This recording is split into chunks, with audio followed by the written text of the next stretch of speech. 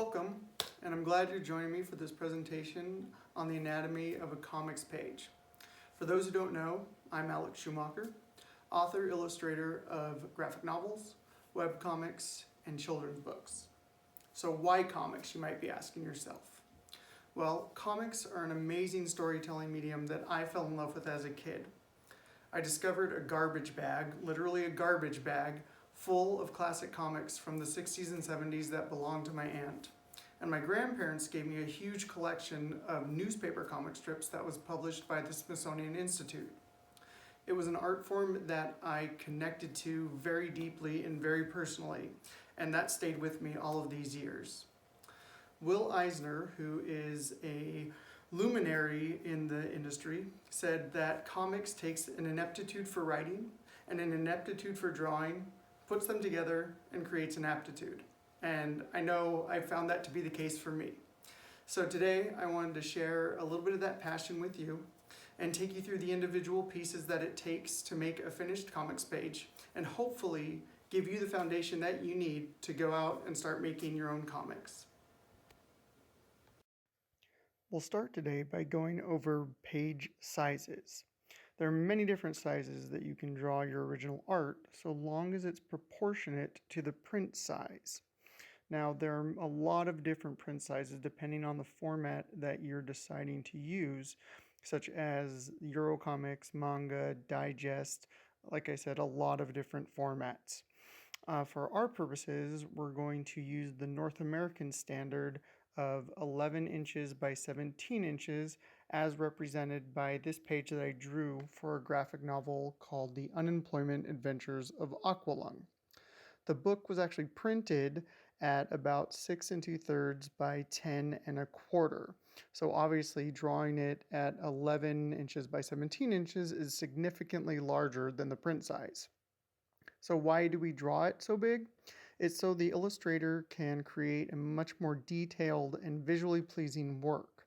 The reduction also helps to hide some small blemishes or mistakes that may have been made in the process that weren't really worth fixing while you were drawing it. So you'll also notice the lines that are on the page here. Now that has to do with the trim. It's a little more advanced than basic, but it's still worth keeping in mind if this is something that you're interested in pursuing as a career. So the black edges all the way at the end is called full bleed. This will extend all the way to the end of the page in the printed book. The red line is called the trim line. This is where the page will be trimmed, so anything outside of that will likely be chopped off. The green line is called the safe area. This is where you'll want all of your images and text that you do not want to be trimmed. That's why they're all inside the green area, as you can see. Next, we'll move on to page layouts. Layouts are made up of different boxes called panels. The layout of your page is really only limited by your imagination. However, you want to ensure the story is clear to your reader, and an overly complicated layout may be confusing. For this demo, we'll focus on what's commonly referred to as a grid composition. Typical grids you'll see in comics are anywhere between 4 and 9 panels. Sometimes they can be more, 15 or 20. But keep in mind, the more panels you include on a page, the more information your reader will be taking in, so you'll want to use the space wisely. A 6-panel page is a pretty traditional layout for North American comics, and is still one of the most widely used grids to this day. On this page that I made for my webcomic Mr. Butterchips, you'll see that I used a 9-panel grid. I did this as this helped to convey the rapid on and off of the lights as Mr. Butterchips is going through his thought process and his routine in the bathroom. So this just seemed to convey the story better than anything else might have done. And that's really the key when you're choosing the layout, is whatever's going to serve the story best. Another widely used basic page layout is called a splash page.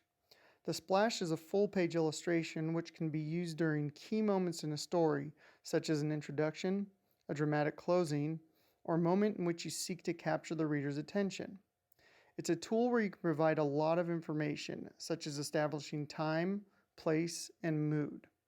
This splash page was created for an unpublished graphic novel called The Guitarist and came at the climax of a pretty epic action scene that we really felt deserved its own page.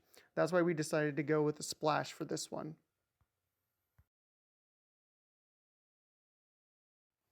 Gutters are the space in between your panels. They can be different sizes like thicker or thinner, or uniform with one another to create a streamlined look with the grid layout. You can use gutters for pacing by varying the sizes and are allowing your figures to quote-unquote break the panel border and spill into the gutter. On this page that I created for my webcomic Decades of Inexperience, you'll notice the vertical gutters across the top are quite a bit thinner than the horizontal gutters on the rest of the page. This is to move the reader's eye rapidly from one panel to the next in accordance with the action that's taking place. You'll also see that the figure being thrown in panel 4 breaks that panel border and creates a bit of a 3D effect. It also helps to lead the reader's eye to the next panel. The rows of panels themselves are called tiers. In the grid format, each tier will be the same height and length, but you can always experiment with different sized tiers to add some dynamics to your layout. Using different amounts of panels in each tier can really break up the monotony of a page. Case in point, the top tier has 3 panels, with the subsequent tiers having 2 panels. But each tier could have just as easily been one long panel or more than 3. Clarity is truly the key, but don't allow yourself to feel constrained either. Speech balloons are indicators of characters' dialogue. The balloons use what is referred to as a pointer or tail to let the reader know who's talking. There's a variety of different balloons to depict a range of deliveries, from whispering to screaming. Here we have a young boy saying, "Okay, mister, I'm going to go back to drawing now." Then we have Aqualung in conversation with his confidant, Saint Germain. Here we use what's called a budded bubble to indicate the pause, where Aqualung says, "You think?" Because I felt a vibe. I was going to say something, but I thought that would sound arrogant. Then we have a little viral general whipping his crew into a frenzy. "The time is nigh! Our germ revolution begins tonight!" And lastly, Mr. Butterchips, who's having it a bit rough, so his balloon's looking a little haggard. Thought bubbles are related to speech balloons, except their purpose is to express a character's unvoiced sentiments. Another difference is they're usually shaped like a cloud and use a trail of smaller bubbles as a pointer.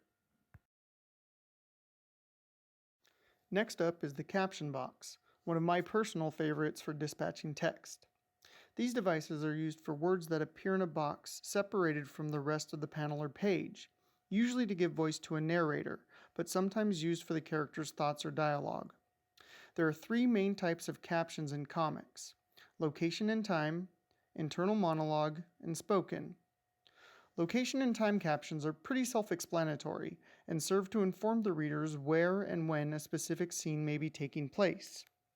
Internal monologue captions, which at times can replace thought bubbles, are the inner voice of a character. I tend to use these frequently with first-person series like Decades of Inexperience. Spoken captions are the vocalized speech of a character that is off camera. In the lower right, you'll see such a caption used during a scene where a phone conversation is taking place. Last but not least, we come to sound effects. Sound effects are noises that fall outside the definition of speech or thought. They're used to emphasize or play up a particular audible component for dramatic effect. The way that you draw a specific sound effect can help to portray the intensity or the properties of the noise that you're representing. Note the pieces crumbling off of the word crack, or the energy being noticeably emitted by the zap effect. There's an added detail I like to use from time to time referred to as roach chew. These are little lines within letters that lend a grimy, aged, or ferocious feeling. Thanks again for joining me on this brief overview of what it takes to create a comics page. Hopefully I've given you enough that you can now go on and start telling your own stories through comics. So remember, stay home, stay safe, and I'll see you in the funny books.